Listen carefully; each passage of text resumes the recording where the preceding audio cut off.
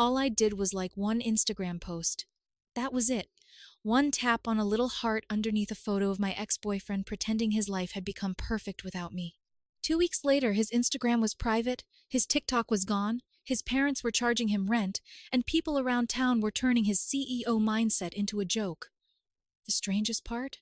I hadn't exposed him. He did that himself. My name is Kari Hayes. I was 28 when this happened, and until 2 months earlier, I'd been dating Tyler Bennett, 26, for 3 years. We'd lived together for 2. I worked in IT, nothing glamorous. I wore variations of the same 5 shirts, drove a practical car, and had never photographed my breakfast before eating it. Tyler considered those things personality defects. He wanted to be a lifestyle influencer. Technically, he already called himself one. He had around 3,400 followers and usually got maybe 50 likes per post. But listening to him talk, you'd think major brands were fighting for his signature. Meanwhile, I paid most of our bills. Rent, utilities, groceries, internet. Tyler contributed when he could, but most of what he earned disappeared into what he called brand investment. Gym clothes, haircuts, trendy restaurants, expensive smoothies. He wasn't always like that. When we'd first met, Tyler could laugh at himself. We ate cheap pizza on my apartment floor and watched terrible movies. Somewhere along the way, though, every ordinary moment became something he needed to escape. Then, one Tuesday evening after dinner, he sat across from me. "Kari, we need to talk." I put my glass down. "Okay." He took a breath. "You're holding me back." I genuinely thought I'd misheard him. "From what?" "My life, where I'm going." He gestured around the apartment I was primarily paying for. "I need to elevate myself to match my brand." "Your brand?" "My followers expect more from me." I stared at him. "You work in it," he continued. "You wear the same 5 shirts. You don't care about aesthetics. You don't understand how important image is when you're trying to build something." There was something surreal about hearing someone I'd financially supported explain why I wasn't ambitious enough for him. "So what exactly are you saying?" He looked straight at me.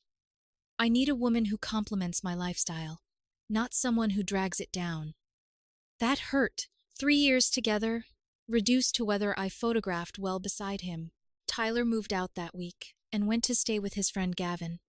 While packing, he actually told me, "No hard feelings. I'm going places, Kari. You're comfortable where you are. Then go." He seemed surprised. Maybe he'd expected tears. Maybe he'd expected me to promise I'd change. Instead, I helped carry one box to the door. A week later, the Instagram post started. A gym mirror selfie. Finally prioritizing myself. Then, brunch. New chapter. New energy. Then shopping bags. Invest in the person you're becoming. I unfollowed him. Mutual friends didn't, so occasionally screenshots found their way to me. The worst showed Tyler standing on a rooftop with a drink. Sometimes you have to drop the dead weight to fly. Feeling lighter and brighter than ever, his followers loved it. Yes, King, you deserve better. Protect your energy. Dead weight. Apparently, paying most of someone's living expenses qualified as weighing him down. Still, I said nothing. Then, about 2 months after the breakup, my friend Ramona called me during lunch. She was laughing before I even said hello. "Kari, you are not going to believe who just took my order at McDonald's." I immediately knew. "No." "Yes." A photo arrived while we were talking. Tyler, McDonald's uniform, standing behind the register. I looked at it, then at a screenshot another friend had sent me that morning. Tyler sitting in a coffee shop with his laptop, CEO mindset, building while everyone else sleeps. I laughed. Not because he worked at McDonald's. There was nothing embarrassing about that. The funny part was that Tyler clearly thought there was. That was why he'd hidden it. "Are you going to post the picture?" Ramona asked. "No." Seriously. Seriously. Tyler's life wasn't my problem anymore. Then he made one very stupid mistake. 3 days later, he posted another photo. Sunglasses, coffee, laptop, living my best life without dead weight. Some people are meant to be chapters, not the whole book. Grateful for the upgrade. And underneath it he tagged me. 2 months after dumping me for being too ordinary, Tyler deliberately attached my name to another public insult. I stared at my phone, then I smiled, and clicked like nothing else, just the heart. Within minutes, my friend Devin messaged me. "Why are you liking this?" I replied, "Just supporting his journey." Unfortunately for Tyler, Ramona saw it. And Ramona had significantly less restraint than I did. She went directly to Tyler's post. "Is this the same best life where you're working at McDonald's? Because you literally served me nuggets yesterday, lol." I nearly dropped my phone. "Ramona." She called immediately. "What?" "Delete it." "Why?" "He tagged you." Before she could remove anything, replies started appearing. Someone asked if she was serious. Someone else wanted proof. Tyler deleted Ramona's comment. Too late. Screenshots were already circulating. I watched the notifications multiply while sitting at my perfectly ordinary desk in my perfectly ordinary IT job. For 2 months, Tyler had built an entire story around escaping me. I was supposedly the reason he couldn't become successful. Now reality had appeared beneath one of his inspirational captions, wearing a McDonald's uniform. And Tyler was about to learn something he should have understood before trying to become an influencer. You can delete a comment. You can't delete a screenshot. Tyler went into damage control mode almost immediately. By that evening, he had posted a statement. "Since some people apparently want to job shame me, yes, I'm temporarily working at McDonald's while I build my brand. It's called hustle. Something my ex wouldn't understand. At least I'm not trapped in a dead-end IT job." I read it twice. Apparently earning $75,000 a year, paying my own bills, and having benefits was now less ambitious than pretending your paycheck didn't exist. But I still didn't respond. I didn't need to. A few days later, Gavin's roommate, Lisa, messaged me. She'd heard about the Instagram mess and apparently had information Tyler hadn't included in his hustle story. Tyler had moved in with Gavin, assuming he could stay rent-free while building his brand. Gavin gave him 2 months. When those 2 months ended, Tyler had almost nothing saved. Most of his money had gone toward clothes, meals, gym memberships, and anything else that made his Instagram look expensive. Gavin finally told him he had to leave, so Tyler moved back in with his parents. His father, Tony, wasn't impressed by inspirational captions. According to Lisa, Tony gave him a simple choice: get a job or get out. McDonald's was hiring immediately. That was the entire secret behind Tyler's entrepreneurial journey. Online, however, he described moving home as choosing family while rebuilding from the inside out. Working at McDonald's became staying humble and connected to everyday people. I almost admired the creativity. Then Tyler messaged me. "Why did you like my post?" "You tagged me." "I was being supportive. Tell your friends to stop harassing me. I haven't told anyone to do anything. Ramona is your friend. And she saw you at work. That's not harassment. That's life." He blocked me. An hour later, he unblocked me. "This is typical. You're trying to humiliate me because you can't handle that I'm doing better without you." I stared at the message. "You literally called me dead weight publicly." His response came instantly. "Because you were. I'm building something. You're just existing." That finally irritated me. I'm existing in my own apartment, paying my bills, not serving fries, while pretending to be a CEO on Instagram.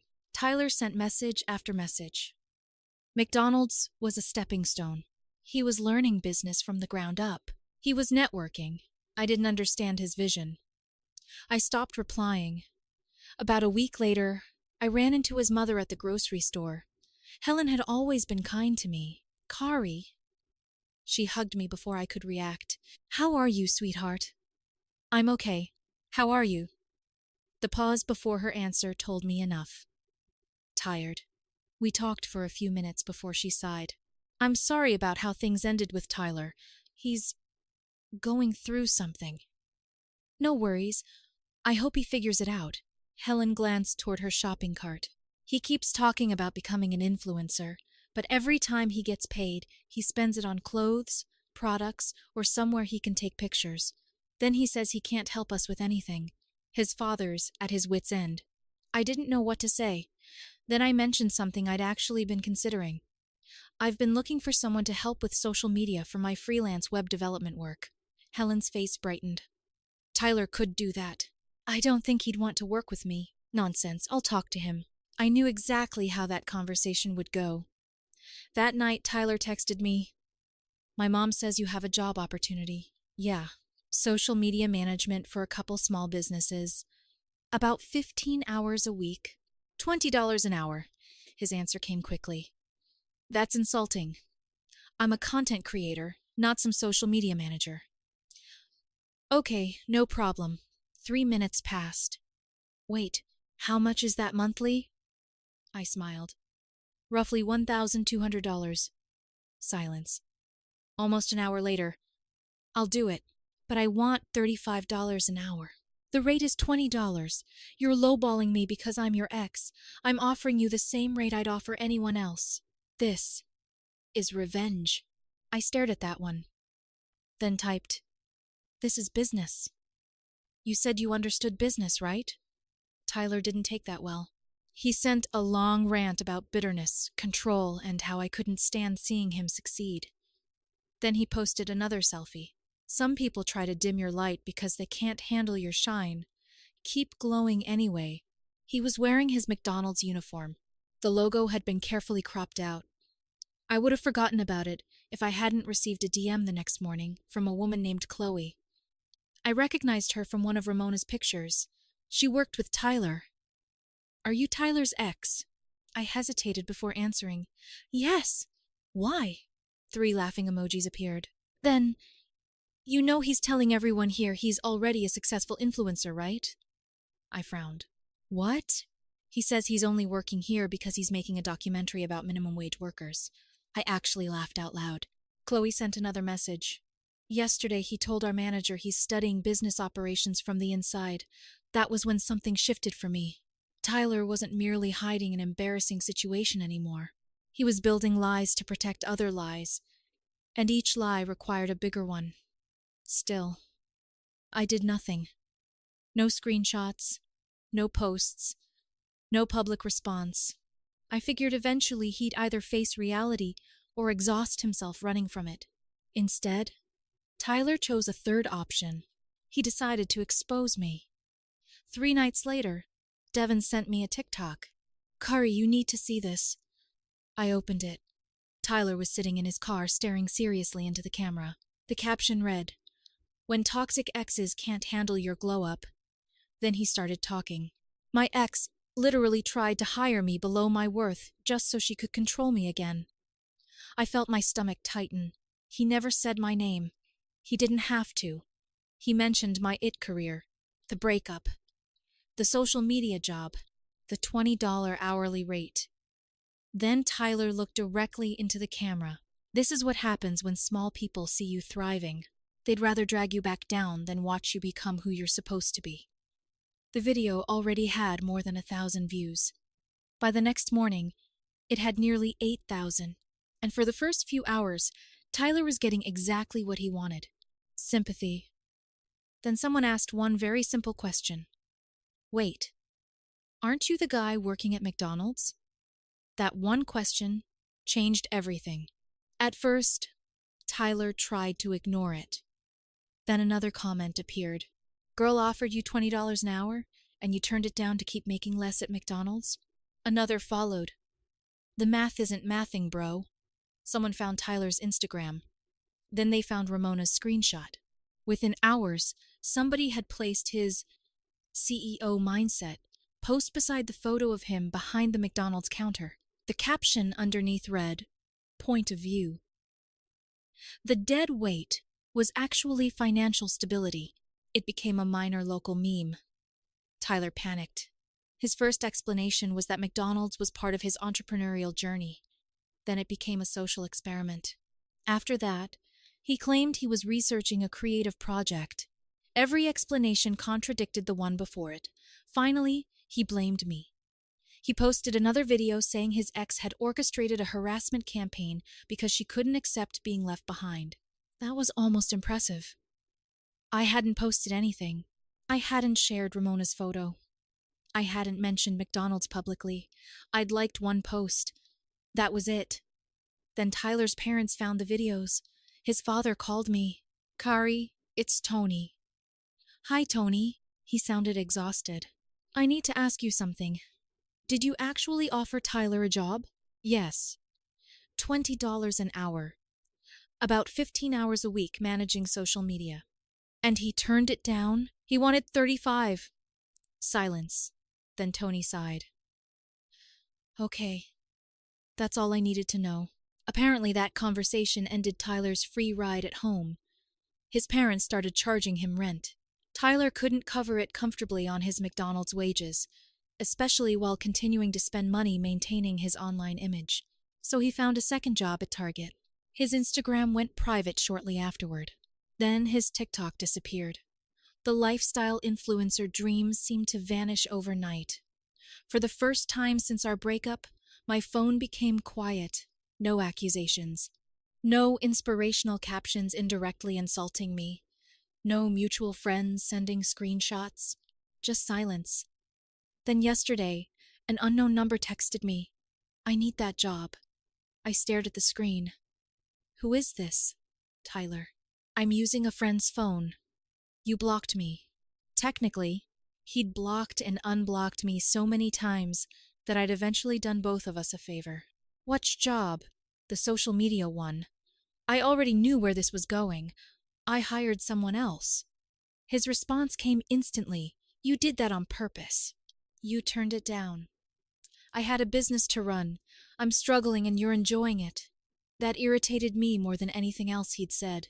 "I'm not enjoying anything. I'm living my ordinary life with my ordinary job and paying my ordinary bills. Remember? That wasn't good enough for you," he called immediately. I almost ignored it. Then I answered. "Kari, I was trying to better myself." "No, Tyler, you were trying to look successful." "Same difference." "No, it isn't." He went quiet. I continued. "You called me dead weight while I was paying most of our bills.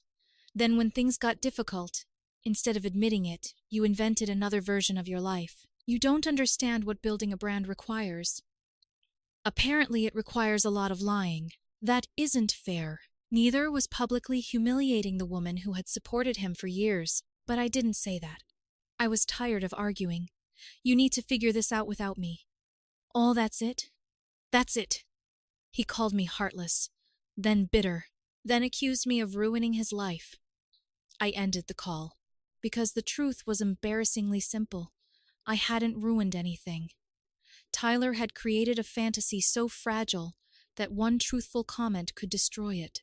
If he hadn't tagged me, I probably never would have interacted with his post. If he hadn't called me dead weight, Ramona might never have commented. If he hadn't attacked me on TikTok, strangers wouldn't have started checking his story. Every escalation had been his decision. Ramona summed it up better than I ever could. He traded the woman paying the bills for Instagram likes, then got mad when reality liked him back. I still live in the same apartment. I still work in IT. I still wear those same 5 shirts more often than I probably should. The difference is that now I come home to peace. No staged dinners cooling while someone searches for the perfect angle. No expensive purchases being called investments. No arguments about why rent money somehow became content money. I'm debt-free. Drama-free. And I'm not pretending to be someone I'm not. Last I heard, Tyler was still working at McDonald's and Target while living with his parents. If anyone asks about his vanished social media accounts, apparently he's taking a sabbatical to focus on personal growth. Maybe he really is. I hope so, because despite everything, I don't actually want him to fail. I just don't want to finance the illusion anymore. There is one final detail, though. Tyler still owes me $2,300 from the last 2 months he lived in my apartment. Back then, he'd promised he'd repay me as soon as his brand took off. I'm not exactly waiting beside the mailbox, but I kept the receipts. Every transfer, every message, every promise to repay me. Just in case Tyler ever does become as successful as he spent 3 years pretending to be. For months, he'd convinced himself I was the thing preventing him from flying.